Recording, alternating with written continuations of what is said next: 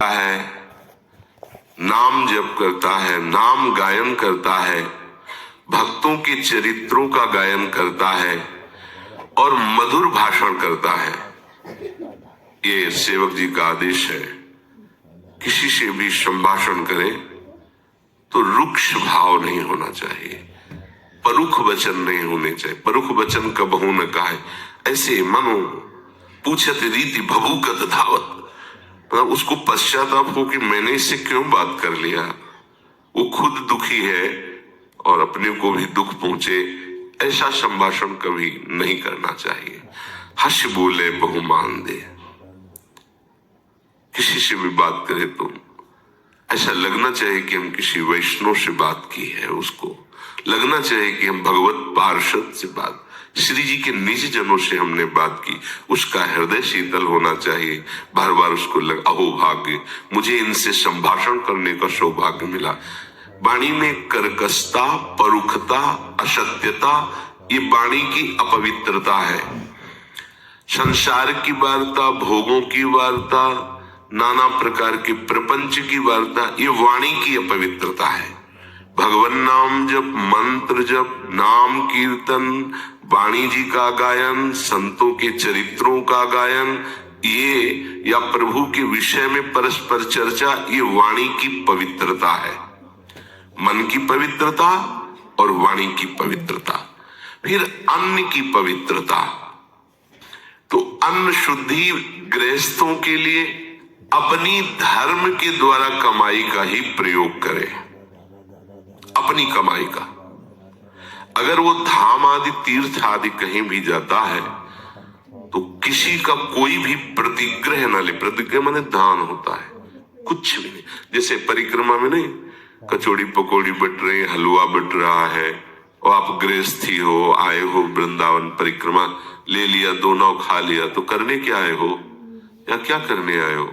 गंवाने आए हो या कमाने आए हो?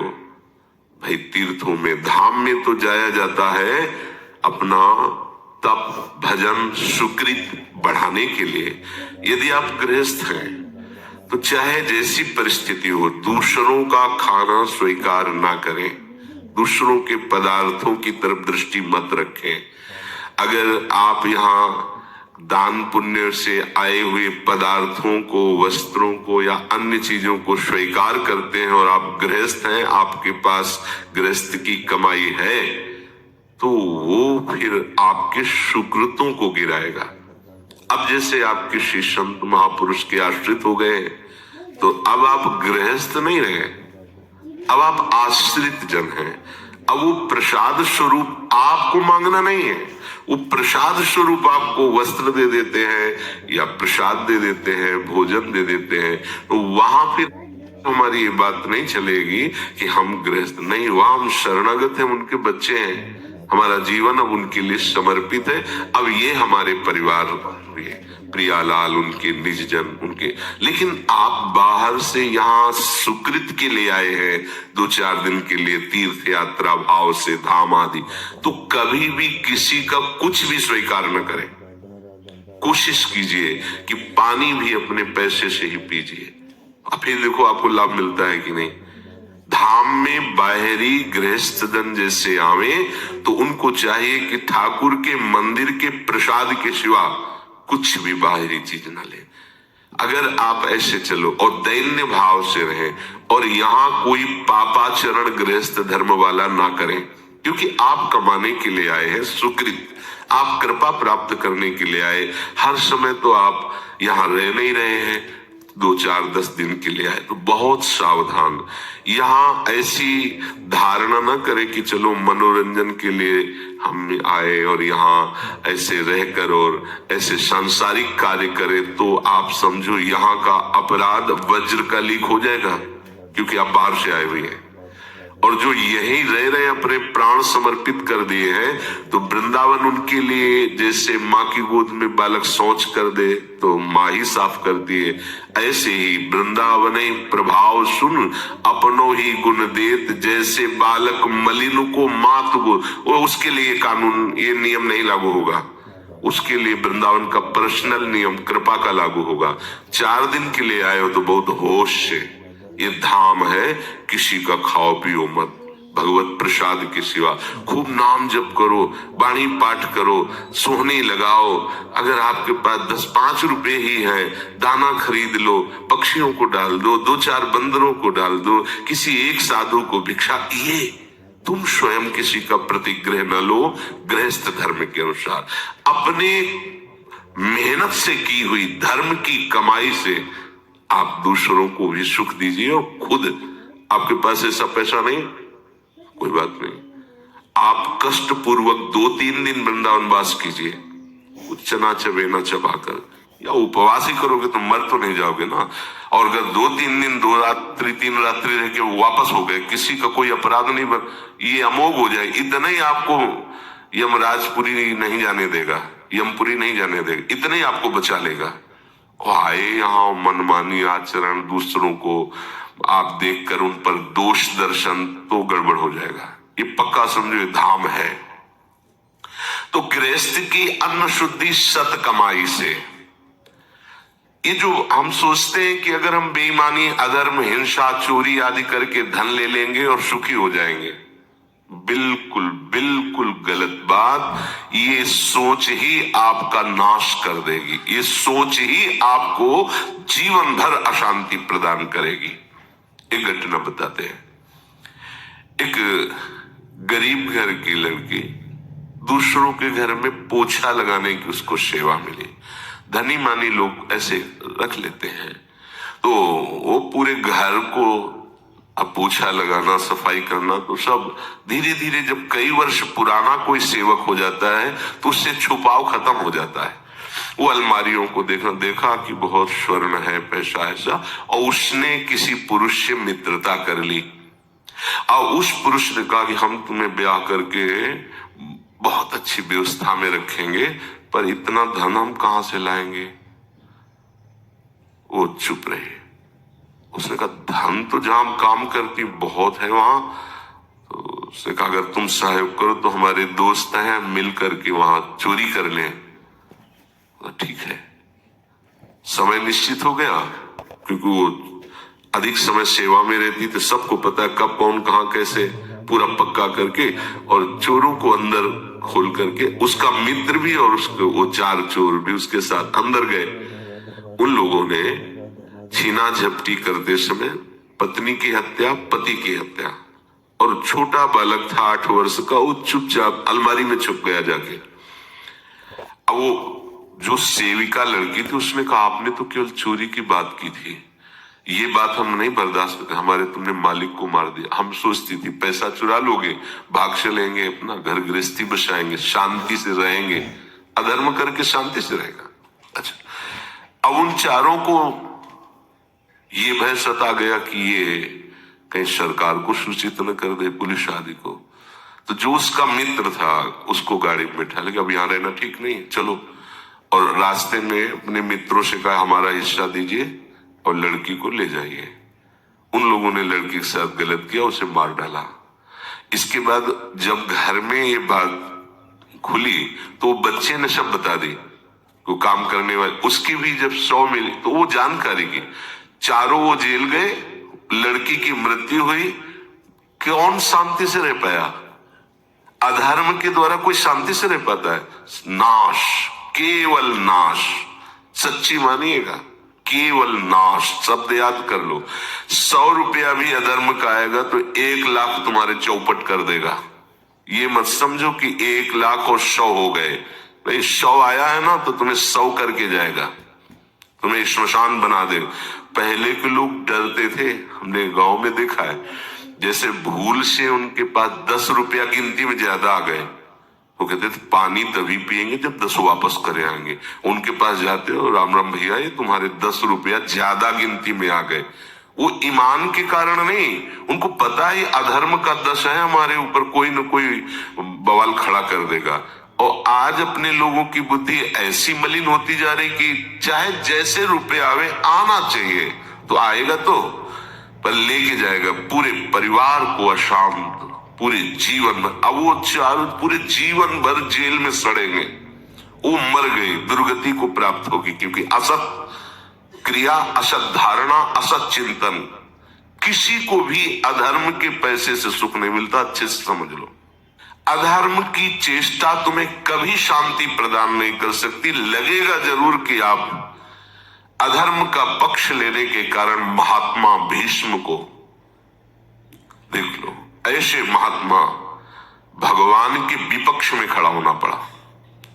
अधर्म के कारण ही सभा में उत्तर नहीं दे पाए थे द्रौपदी जी को। अधर्म के कारण ही महात्मा द्रोण का गला काटा गया। वो स्वयं में अधर्म नहीं कर रहे थे, लेकिन अधर्म का पक्ष लिए हुए थे। अधर्म के कारण ही महात्मा अश्वत्थामा को आज भी भटकना पड़ रहा है। अधर्म के कारण ही ये बड़े बड़े पवित्र बुद्धि वाले भी विपक्ष में भगवान के हो गए। अधर्म बड़ा ही कड़वा है, वो किसी को भी गिरा सकता है। पर आजकल अपने लोग केवल धन पर लक्ष्य रखने वाले, हम ये समझते हैं कि जैसे भी धन आ जाए बस हम सुखी हो जाएंगे। पर भूल है, जो आपके पास धर्म का नमक रोटी हो और खाओ तो देखो परिवार स्वस्थ रहेगा, आप शांत रहोगे, आपके हृदय में ऐसा एक बल रहेगा। धर्मो रक्षति रक्षता, धर्म स्वयं आपकी रक्षा कर लेगा। एक बल रहेगा।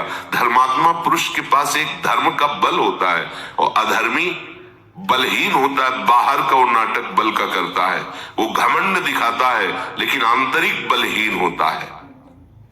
तो गृहस्थ की अन्न की शुद्धि तभी मानी जाती जब धर्म की कमाई से। अगर आप 8 घंटे के पैसे लेते हैं तो 8 घंटे 10 मिनट मेहनत कीजिए। 8 घंटे में 10 मिनट कमी पे छुट्टी की चाह मत कीजिए, खूब मेहनत कीजिए। अगर आप उसके पैसे लेते हैं तो वैसा आप सच्ची समझ लो, आप अगर किसी से भी थोड़ी भी बेईमानी करेंगे तो वो बेईमानी आपको अपने ही परिवार में चूहने वाला काम पैदा कर देगी। देख लेना, पुत्र अगर सही मार्ग से चलता है तो पिता का हृदय शीतल होता है। अधर्म की कमाई की तो पहले वही बुद्धि बिगाड़ी जाएगी जिनको देख कर आप जलो।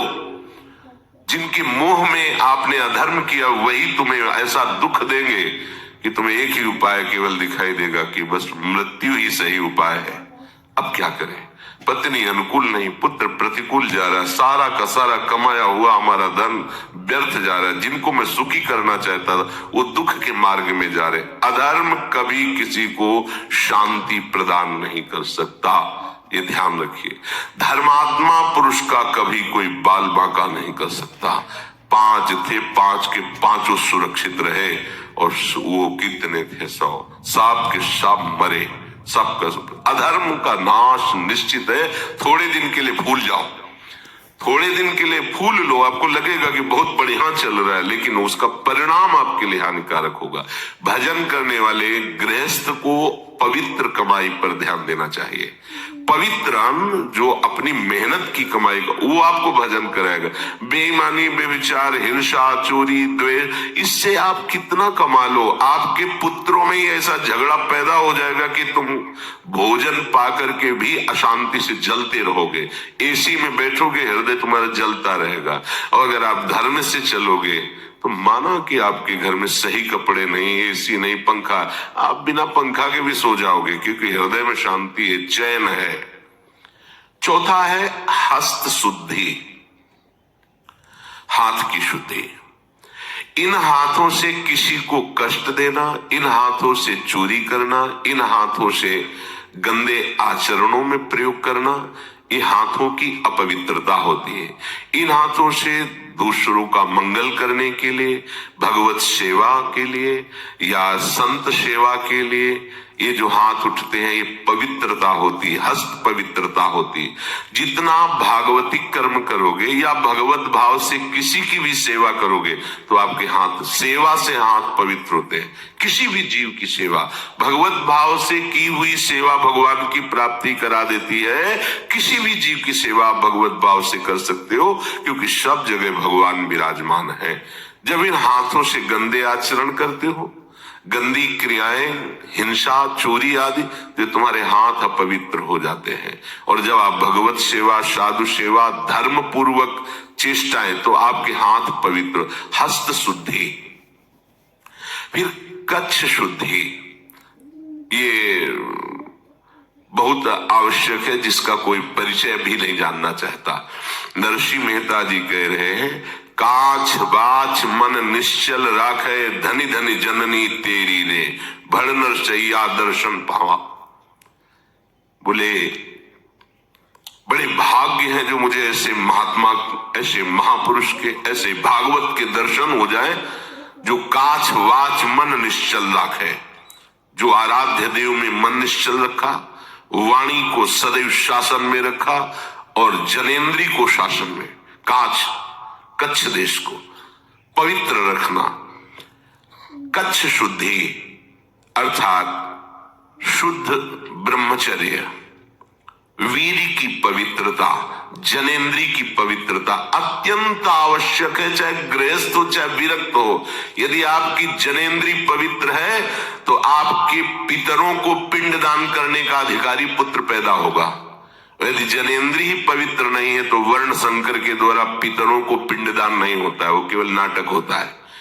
जनेन्द्री की शुद्धि अत्यंत आवश्यक है, चाहे गृहस्थ हो चाहे विरक्त हो, चाहे स्त्री हो चाहे पुरुष हो, इस पर कोई विचार ही नहीं करता है। आज ऐसे मनमानी सिद्धांतों को हृदय में धारण किया जाता है, जिसकी कहीं भी किसी भी तरह से कोई भी ऐसा लक्षण नहीं दिखाई देता जिसमें मंगल हो, सुख हो, शांति हो, कहीं नहीं, खोजने पर भी नहीं। पर अगर ये बातें रखी जाती है, बोले पुराने जमाने की बातें हैं तो साधु महात्मा या इसे ही बोलेंगे, ऐसा नहीं। आपकी जनेन्द्री पवित्र है तो आपकी गृहस्थी में भगवान का भक्त पैदा होगा। जनेन्द्री पवित्र है, देशभक्त पैदा होगा, माता पिता की आराधना करने वाला पुत्र होगा, धर्म से चलने वाला, पितरों को तृप्ति प्रदान करने वाला पुत्र होगा। और अगर आपकी जनेन्द्री पवित्र नहीं, व्यभिचार दोष से युक्त है, तो वर्ण संकर संतान होगी जो तुम्हें भी पीटेगी और पितरों को तो कहीं एक चुल्लू जल भी नहीं पहुंचेगा, क्योंकि है ही नहीं उनके पितृपक्ष में, वो है ही नहीं उनकी कुल परंपरा में। और दोष युक्त जनेन्द्री वाला कभी भी निष्काम नहीं हो सकता, ध्यान रखना। ये जो गृहस्थी में ब्याह आदि करके गृहस्थ धर्म के प्रयोग का विधान है, उसमें एक गुप्त रहस्य है। वो एक दिन निष्काम हो जाएगा, काम विजयी हो जाएगा। एक पत्नी व्रत, एक पतिव्रत वाला एक दिन उसी गृहस्थी में रहते हुए निष्काम हो जाएगा, एक दिन वो काम रहित हो जाएगा। ध्यान, ये भगवत विधान से, जो शास्त्र विधान से चलता है, इसका परिणाम होता है राग रहित होना। वो अत्यंत आसक्त बीच में दिखाई देगा, क्योंकि प्रथम वो संयम से चला है तो अंतिम उसका संयम में ही जाके उतार होगा, वो बैरागी हो जाएगा। भले गृहस्थ में रह रहा है, भेष भले बैरागी नहीं, लेकिन वो विषय बैरागी हो जाएगा। अगर हमारा ईर्षेंद्री और जनेन्द्री जनित ही क्रीड़ा चलती रही तो इस मनुष्य देह की सार्थकता क्या है। इसलिए जनेन्द्री को पवित्र रखना, ब्रह्मचर्य युक्त होना अत्यंत अनिवार्य है, चाहे गृहस्थ हो चाहे विरक्त हो। शरीर और मन, बुद्धि और स्वभाव, तीनों को पवित्र करने में बहुत बड़ा योग ब्रह्मचर्य का होता है। दिनचर्या परिपक्व नियम से, ठीक समय से, ये ब्रह्मचर्य की क्षमता होती है। निरंतर भगवत चिंतन करने पर तुम्हारे ना तो माथे पे दर्द होगा, ना तुम्हें कोई परेशानी महसूस होगी, ये ब्रह्मचर्य की ताकत से होगा। अगर ब्रह्मचर्य आपके अंदर नहीं तो कमर में दर्द, माथे में दर्द, चक्कर आना, घुटने दर्द करना, बिना प्रयास के वीर्यपात हो जाना, नाना प्रकार से हमारे मन में भय सताना, नाना प्रकार से हमारे हृदय में अशांति पैदा हो जाना, ये सब ब्रह्मचर्यहीनता से आते हैं। ध्यान रखना, एक बहुत बड़ी सामर्थ्य है ब्रह्मचर्य। और इसे भगवान की आराधना से ही रोका जाता है। गृहस्थ हो तो पति पत्नी मिल करके दोनों सलाह करके जितना अंतराय कर सको अच्छा है, नहीं कर पाओगे तो पाप नहीं बनेगा, क्योंकि वो गृहस्थ धर्म से युक्त है। भगवत आदेश का पालन करने वाला संसार राग का त्यागी हो जाता है, चाहे वो जितना भी वर्तमान में भोगी दिखाई दे रहा हो। इसीलिए पांचवा भजन करने वाले के लिए कच्छ शुद्धि रखा गया है। वीर की रक्षा, शुद्ध ब्रह्मचर्य, व्यभिचार दोष से अपने को बचाना। जब आप पवित्रता से चलोगे ना तो ज्यादा लड़ाई नहीं करनी पड़ती मन से, वो अपने आप ठीक हो जाता है। और जब आप अपवित्र अधर्म युक्त होकर भोगोगे भोगों को तो कभी नहीं हट पाओगे। रोज का रोज आसक्ति बढ़ती चली जाएगी। फिर एक दिन ऐसा आएगा कि आप भोगने लायक नहीं रह जाएंगे, लेकिन बैठे बैठे जलोगे। कल्पना केवल भोगों की होगी और जलोगे बैठ करके। सबके अंदर कामना होती है, सबसे त्रुटि हो सकती है, सब फिसल सकते हैं। भगवती माया भगवान श्री हरि की है, तो हम भगवान का आश्रय लेकर भगवान नाम का बल हृदय में धारण करके शास्त्र स्वाध्याय से पवित्र हुई बुद्धि के द्वारा निश्चय करके हम चल सकते हैं, क्योंकि हम भगवान के अंश हैं, हम भगवान के बच्चे हैं। हम में सामर्थ्य भगवान की है। ऐसा न समझो कि हम सामर्थ्य नहीं। जिस सामर्थ्य से माया बलवती होकर त्रिभुवन को परास्त करती है, उसी सामर्थ्यवान के हम अंश हैं, किसी और के नहीं है। उसी सामर्थ्य का चिंतन करो तो आप में वो सामर्थ्य आ जाएगी। जितना आप कच्छ को पवित्र रखेंगे उतने आप देखना आपका शरीर हल्का रहेगा, आपका मन चंचलता रहित रहेगा, आपके प्राण सूक्ष्म होने लगेंगे। और जिसके प्राण सूक्ष्म होते हैं, जिसकी इंद्रियां पवित्र होती, भजन में ज्यादा उसे प्रयास नहीं करना पड़ता, स्वाभाविक भजन में रुचि होने लगती है। अपवित्र हृदय वाला, भ्रष्ट आचरण वाला भजन करना बहुत कठिन है। यद्यपि वो कर सकता है क्योंकि भगवान का अंश है, पर उसकी रुचि नहीं रहेगी। पापवंत कर सहज स्वभाव, भजन मूर्ति भावन काऊ। छठवां है क्रिया शुद्धि। बहुत सावधानी की आवश्यकता है। कोई भी क्रिया आप अशुद्ध भावना से कर रहे हैं तो वो क्रिया भले देखने में पवित्र लग रही लेकिन वो अशुद्ध हो जाएगी। अब जैसे गृहस्थ में है, संतानोत्पत्ति की क्रिया हुई और आपने उसे गर्भ रहा, आप उसे नष्ट करवा दिए, हमारा ही तो बच्चा है। अब आप भारी दंड के अपराधी, आपकी क्रिया शुद्ध हो गई।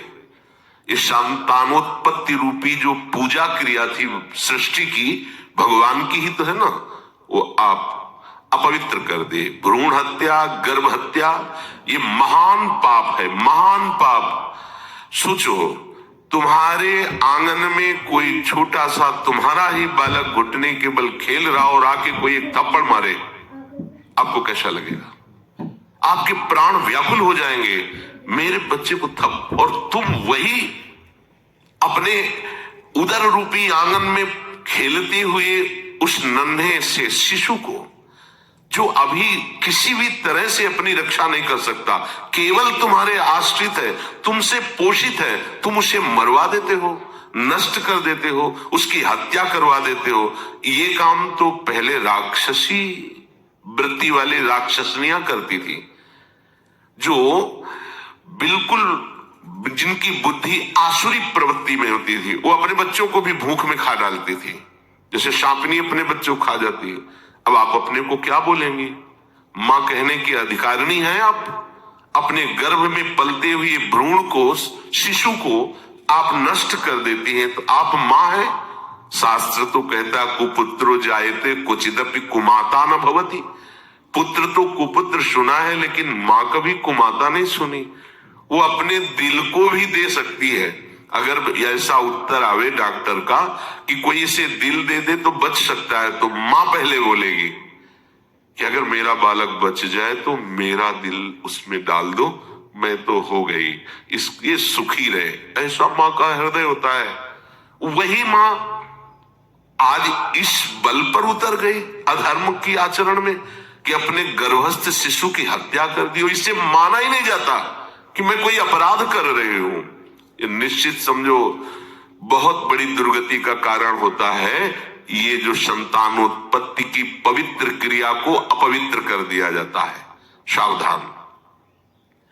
अगर हम इन बातों पर ध्यान नहीं, फिर सोचेंगे कि हमको दान पुण्य कर देंगे, तो जिनको दान पुण्य करोगे उनकी भी बुद्धि भ्रष्ट हो जाएगी, उसका भी अपराध आपको लगेगा। अधर्म के द्वारा कभी भी धर्म हो ही नहीं सकता। जैसे किसी को लगता है अधर्म के द्वारा हम इतना अर्थ कमाया और साधु महात्माओं को दे दिया, वो अधर्म का धन जाएगा, साधु महात्मा की बुद्धि भ्रष्ट करेगा, उसका पाप आपको लगेगा। अब वो अधर्म की कमाई का पाप और साधु महात्मा की बुद्धि भ्रष्ट करने का पाप आप झेल पाएंगे। अधर्म से कभी किसी को शांति और सुख की प्राप्ति नहीं होती। क्रिया शुद्धि, निष्कपट भाव से जो भी अपने रिश्ते नाते हैं गृहस्थी में, उनको सुख पहुंचाने की धर्म पूर्वक चेष्टा। धर्म पूर्वक, धर्म है बीच में, पति के साथ कैसा व्यवहार, पति के भाई के साथ कैसा व्यवहार, सास ससुर के साथ कैसा व्यवहार, ये ही उपासना बन जाएगी। परम हंसों के द्वारा बंदनी गोपीजनों के चरित्र को पढ़ के देखो। हृदय तो श्री कृष्ण के अनुराग में है, पर व्यवहार में कोई त्रुटि नहीं है। पतियों की सेवा, पुत्र की सेवा, परिवार की सेवा, पशुओं की सेवा एक पवित्र गृहिणी की तरह गोपीजन करती है। धान कूटना, लीपना, पोतना, सब काम वैसे ही कर रहे हैं, लेकिन मुरारी पादार्पित चित्त वृत्ति, वृत्ति कृष्णाकार है। सेवा पूरे परिवार की हो रही। बढ़िया भजन, त्यागी, वैरागी, सन्यासी, परमहंसों के द्वारा भी जिनकी चरण रज की वंदना की गई, उन गोपीजनों की दिनचर्या आप देखो। कृष्ण से अपार प्रेम, परिवार का बिल्कुल व्यवहार ठीक वैसे ही जैसे गृहिणी करती है, वैसे ही। क्या कोई गृहस्थ भगवत प्राप्ति नहीं कर सकता? कर सकते हैं, पर ये बातें सुधार कीजिए। अगर आप ऐसी गलतियां करते रहेंगे, आप अपनी इंद्रियों को संयम में नहीं रखेंगे, व्यभिचार दोष से युक्त रहेंगे, रसेंद्री को संयम में नहीं रखेंगे, जो मनाया सो खा पी लिया, लोभ को संयम नहीं रखेंगे, जैसे वैसे आवे धन उसको हम संग्रह करें, उससे मोक्ष नहीं चल पाएगा, आपकी दुर्गति हो जाएगी। क्रिया शुद्धि, साधु बहुत सोच समझ करके हर क्रिया करो। अपने को तो आठों पहर श्री लाडली लाल के दुलार करने रूपी सेवा मिली है। यहां तो क्रिया योग का शब्द ही नहीं, तो सेवा है। हाँ, अपने शरीर का जो हम पोषण करते हैं वो सेवा का पात्र है, ये भावना आपको बनानी है। जैसे हम सेवा के पात्र को बहुत संभाल कर और पूज्य भाव से रखते हैं, ऐसे शरीर को रखें। ये श्री जी की सेवा का पात्र है, ये हमारे भोग का विषय नहीं है। इस श्री जी की सेवा का पात्र, आठों पहर सेवा, आपका सब शुद्ध हो जाएगा, मन भी शुद्ध हो जाएगा, चित्त भी शुद्ध हो जाएगा, स्वभाव भी शुद्ध हो जाएगा, शरीर भी शुद्ध हो जाएगा, अन्य कुछ करने की जरूरत नहीं पड़ेगी। तो जिससे आत्माराम